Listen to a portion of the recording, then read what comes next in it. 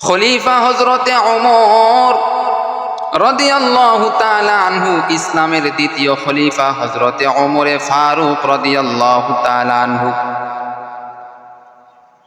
প্রথম অবস্থায় হযরতে ওমর রাদিয়াল্লাহু তাআলা আনহু ইসলামের সব থেকে বড় দুশমন ছিল, সব থেকে বড় শত্রু ছিল।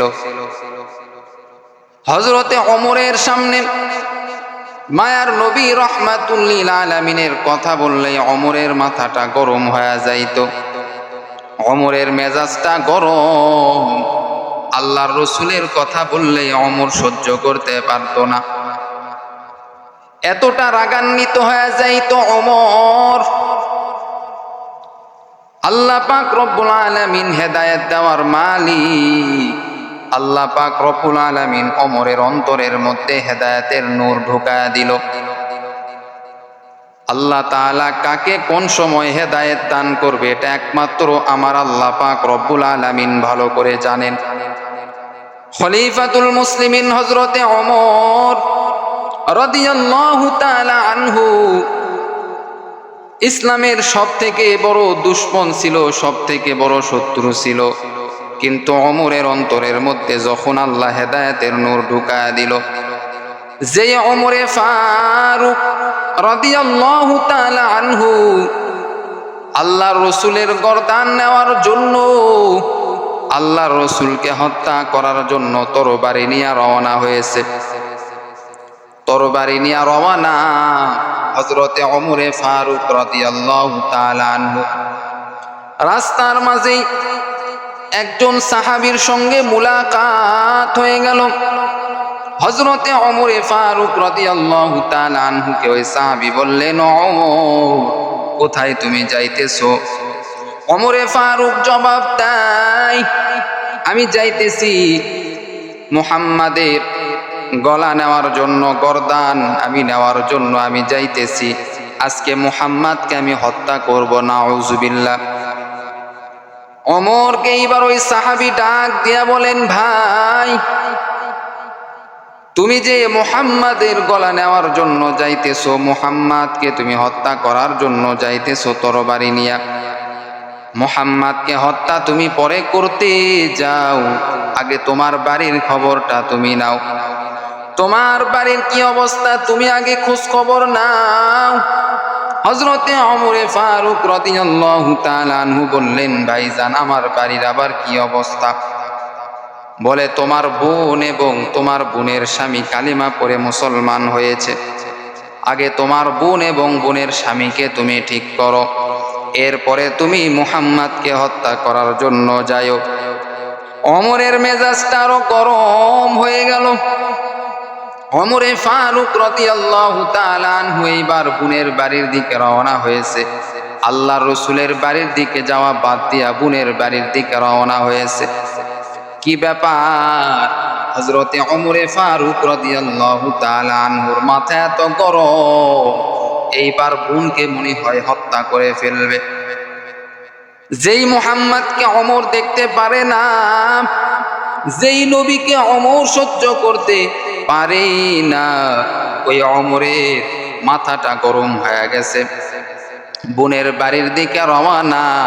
যখন বোনের বাড়ির কাছে চলে গেল, বোনের বাড়ির কাছে যাওয়ার পর হযরতে ওমরে ফারুক রাদিয়াল্লাহু তাআলা আনহু এইবার বোনের বাড়ির মধ্যে যখন প্রবেশ করলো, দেখে বোন এবং বোনের স্বামী কুরআনুল কারীম তেলাওয়াত করতেছে, সূরা তাহা পাঠ করতেছে। তাহা মা আনজালনা আলাইকাল কুরআনা লিতাশকা ইল্লা তাযকিরাতাল লিমান ইয়াখশা তানজিলাম মিম্মান খালাকাল আরদা ওয়াস সামাওয়াতিল উলা। সূরা তাহা পাঠ করতেছি, ওমর এইবার কোরআনে হাত দেওয়ার জন্য রেডি হয়ে গেল। ওমরে ফারুক রাদিয়াল্লাহু তাআলা আনহু বোনের কোরআন শরীফের মধ্যে হাত দেওয়ার জন্য রেডি হয়ে গেল। বোন বলতিছে, ভাইজান দাঁড়ান, আগেই কোরআন শরীফের মধ্যে হাত দিয়েন না। ও ভাই, আপনি আগে গোসল করে আসেন, তারপরে আপনি ওযু করে তারপরে কোরআন ধরবেন। ওমরের মেজাজটা গরম হয়ে গেল। বোনকে মনে হয় পিটাইবে এমন অবস্থা, রাগে তার চোখগুলি লাল হয়ে গেছে। এত রাগ, এত রাগ, ইসলামের প্রতি তার এত রাগ ছিল যে ওমরে ফারুক রাদিয়াল্লাহু তাআলা আনহু ইসলামের কথা শুনলেই মেজাজটা গরম হয়ে যাইত। এবার ওমরে ফারুক রাদিয়াল্লাহু তাআলা আনহু বোনকে যখন বলল, বোন তুমি কালিমা ছেড়ে দাও, বোনের স্বামীকেও বলল তুমি কালিমা ছেড়ে দাও। এইবার বোন এবং বোনের স্বামী ওমরের হাত ধরিয়া বলে, বোন এইবার ওমরের হাত ধরিয়া বলে, ভাইজান আগে আপনি কোরআনুল কারীমটা আগে আপনি পড়েন। কোরআনের মধ্যে আল্লাহ কত সুন্দর সুন্দর কথা বলেছেন। মায়ার নবী রহমাতুল লিল আলামিন এই কোরআনের মধ্যে কত সুন্দর সুন্দর, কত সুন্দর সুন্দর কোরআনের আয়াত আমার নবীর উপর আল্লাহ নাজিল করেছেন।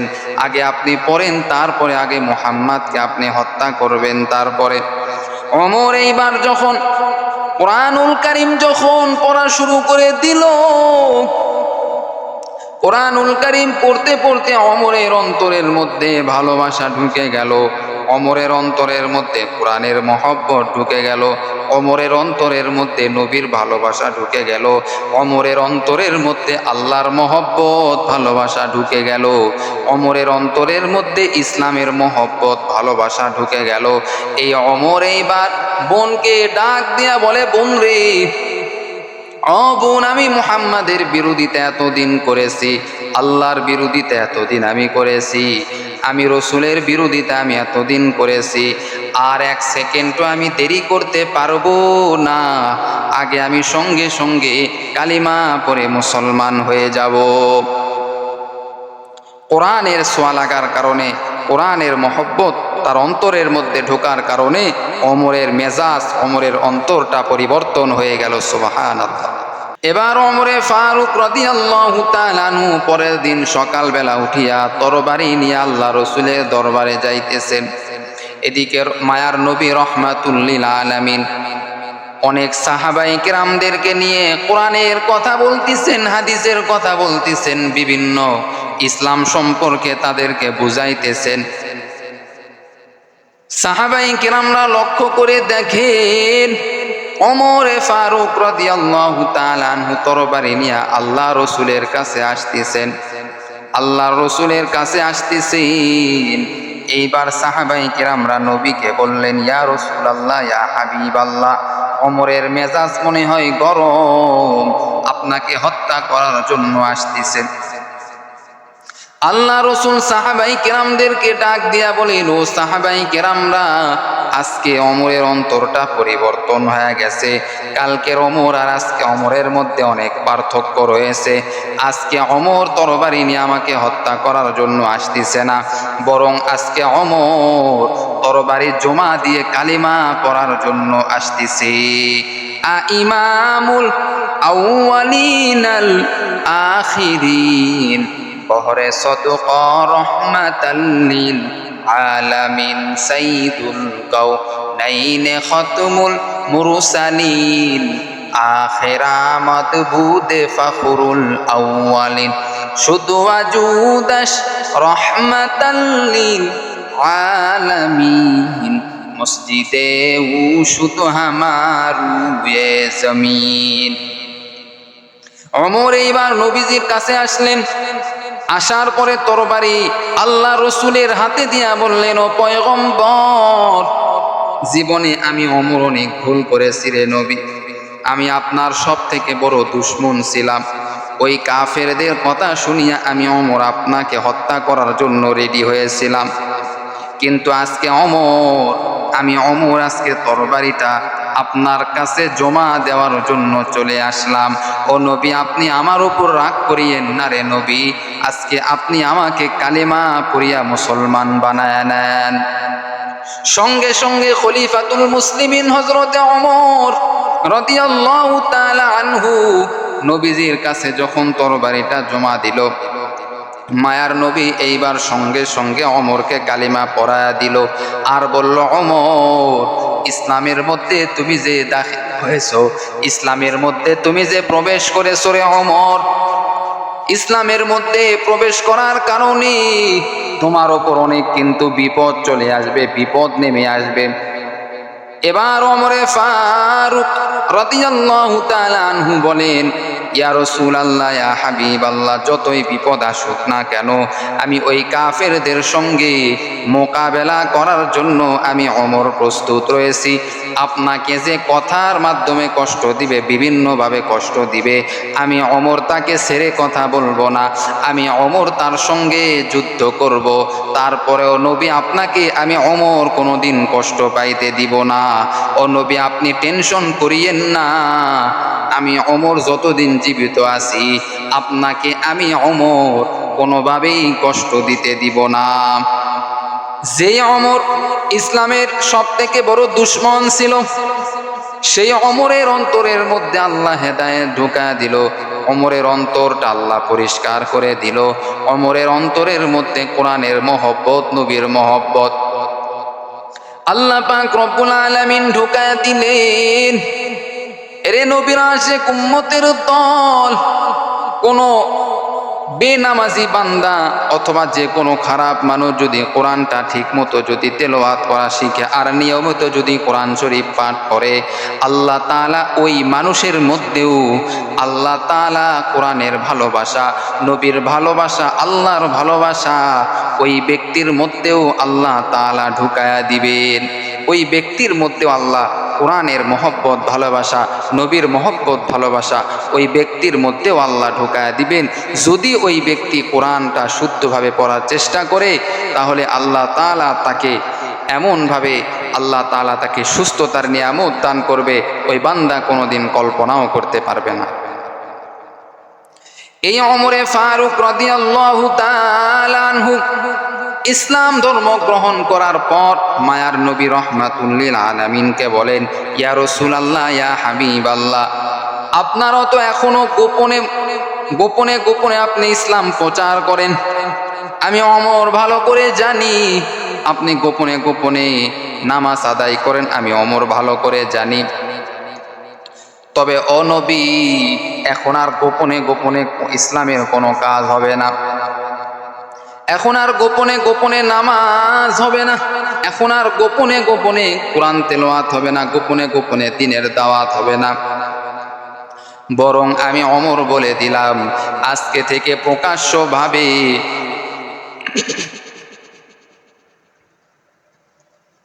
বরং আমি ওমর বলে দিলাম, রে নবী, আজকে থেকে প্রকাশ্যভাবে ইসলামের দাওয়াত হবে, কোরআনের দাওয়াত হবে, হাদিসের দাওয়াত হবে, নামাজ হবে, প্রকাশ্যভাবে সব কিছু হবে রে নবী। ও নবী, আপনি টেনশন করবেন না, আমি ওমর আপনার সামনে ছায়া হিসাবে আমি ওমর দাঁড়িয়ে যাব। এবার পরের দিন হযরতে ওমরে ফারুক রাদিয়াল্লাহু তাআলা আনহু কাবা ঘরের সামনে দাঁড়িয়ে সব কাফের বেঈমানদেরকে বলে দিলেন, যে সমস্ত কাফের তার মায়ের কোল খালি করতে চাও, তারা আমি ওমরের কাছে হাজির হয়ে যাও। আমি ওমর আজকে থেকে বলে দিলাম, ইসলামের সমস্ত কাজ প্রকাশ্যে হবে, কোনো গোপনে হবে না। যে নবীকে কষ্ট দেওয়ার চেষ্টা করবে, আমি ওমর তাকে তার সঙ্গে যুদ্ধ ঘোষণা করব, আমি ওমর তার সঙ্গে যুদ্ধ করব, তারপরেও আমার নবীকে আমি কষ্ট পেতে দিব না। সুবহানাল্লাহ। ওই ওমর এমনভাবে হুঙ্কার দিল, ওমর আল্লাহ তাআলা ওমরকে এত কবুল করে নিলেন, ইসলামের দ্বিতীয় খলিফা আল্লাহ তাআলা বানায়া দিলেন। সুবহানাল্লাহ। এরকমভাবে আমরাও যদি ওমরের মতো ইসলাম প্রচার শুরু করে দেই, ওমরের উপরে যেমন কষ্ট এসেছে আমাদের উপরেও কষ্ট আসবে। তবে পিছে থাকলে হবে না, আমাদেরকে সামনে আগাইতে হবে এবং ইসলামের বিরোধিতা যারা করে তাদের বিরুদ্ধে আমাদেরকে দাঁড়াইতে হবে। তাহলেই আমরা আল্লাহর কাছে দামি হতে পারবো, ইসলাম আমাদের জন্য এগিয়ে যাবে। সুবহানাল্লাহ। বেশি বেশি কোরআনুল কারীম তেলাওয়াত করতে হবে।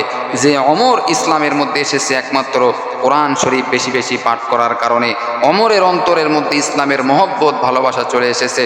কোরআন এমন একটি কিতাব, যে কিতাবটা আপনি পাঠ করার মাধ্যমে আপনার ঈমান মজবুত হয়ে যাবে, ঈমান পরিপূর্ণ হয়ে যাবে। এবং এই কোরআনটা আল্লাহ তাআলা এই জন্যই দিয়েছে, মানুষের ঈমানটা যেন পোক্ত হয়ে যায়, মানুষের ঈমানটা যেন শক্ত হয়, এজন্য আল্লাহ তাআলা কোরআনুল কারীম দিয়েছেন। সুবহানাল্লাহ। এই কোরআনটা কত দাম, বলে একটা মানুষের মধ্যে যদি কোরআনটা যদি প্রবেশ করে তাহলে ওই মানুষের দাম আল্লাহ তাআলা বাড়ায় দেয়।